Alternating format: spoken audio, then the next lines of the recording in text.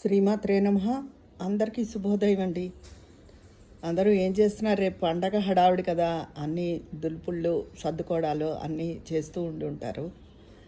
అయితే రేపు ముఖ్యంగా చేయవలసింది అంటే రేపు నైవేద్యాలు పెట్టుకునే వాళ్ళు నైవేద్యాలు పెట్టుకుంటారు. మాకు అలవాటు ఉంది, నేను నైవేద్యాలు పెడతాను. అయితే పొద్దున్నే లేచి తలంటు పోసుకుని చక్కగా పూజ చేసుకుని ముందు ఉగాది పచ్చడి తయారు చేసుకుని పూజ చేసుకుని ఒక కొబ్బరికాయ కొట్టి ఉగాది పచ్చడి నైవేద్యం పెట్టండి. అదే రేపు ముందు మహాప్రసాదం. ఆ తర్వాత మీరు చేసుకునే పిండి వంటలు కానీ నైవేద్యాలు కానీ అవి తయారు చేసుకుని నైవేద్యం పెట్టండి.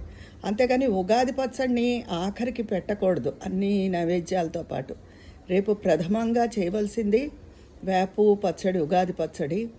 అది మొదట స్నానం చేసి అదే తలంటు పోసుకుని ఉగాది పచ్చడి తయారు చేసి పూజ చేసుకుని అది నైవేద్యం పెట్టుకుని మిగతా మీరు చేసే నైవేద్యాలు పిండి వంటలు అవన్నీ చెయ్యండి. నేను నైవేద్యంగా గారెలు పొంగుబూర్లు నైవేద్యం పెడతాను.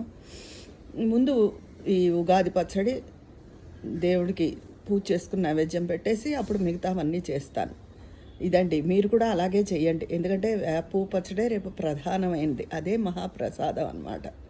ఇంట్లో అందరూ కూడా పెందరాళ్ళే స్నానం చేసి తలంట్లు పోసుకుని ఆ వేపు పచ్చడిని స్వీకరించాలి.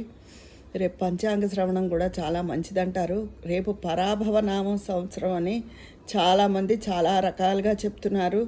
మేము చెప్పినట్టే ఈ సంవత్సరం అలాగే యుద్ధాలు వచ్చాయి అని చెప్తున్నారు. రకరకాలుగా చెప్తారు. యుద్ధాలు వస్తూ ఉంటాయి, ఒక్కొక్కసారి ప్రపంచంలో రకరకాలుగా జరుగుతూ ఉంటాయి. పరాభవనామ సంవత్సరం కదా, ఏదో పరాభవాలు జరిగిపోతాయి అని అనుకోవద్దు. జరిగే పరాభవాలు ఏ సంవత్సరం మంచి సంవత్సరంలో కూడా జరగచ్చు. పరాభవము అంటే అక్కడ పరాభవ అంటే అది దాని అర్థం సంస్కృతంలో ఒక మాటకి రకరకాల అర్థాలు ఉంటాయి. పరాభవం అంటే మన తెలుగులో మనగా పరాభవం జరిగిపోతుంది అని తీసుకోకూడదు, చాలా మంచిది అనే అర్థం కూడా ఉంది. అందుకని అందరూ, నేను ఇదివరకే చెప్పాను, యూట్యూబ్లో వచ్చే జ్యోతిష్యాలు నమ్మి ఒక్కొక్కళ్ళ రాశికి ఇలా ఉంటుంది అలా ఉంటుంది అని ఏది నమ్మద్దు. ఆ సర్వేశ్వరుడిని ఎప్పుడూ నమ్ముకుని ఉండండి. అన్నిటికీ అధిపతి ఆ ఈశ్వరుడు. ఆయనే అన్నీ, ఆయన పాదాలు పట్టుకుంటే ఆయనే అన్నీ చూసుకుంటాడు. మీ ఇష్టదైవం ఏదో మీ ఇష్టదైవాన్ని కొలుచుకుని శ్రద్ధగా ముందు పూజ చేసుకుని ఉగాది పచ్చడి నైవేద్యం పెట్టుకోండి. రేపు మళ్ళీ కొత్త సంవత్సరం, నూతన సంవత్సర శుభాకాంక్షలతో మిమ్మల్ని కలుస్తాను. ఉంటాను, మీ విజయాపన్నాల.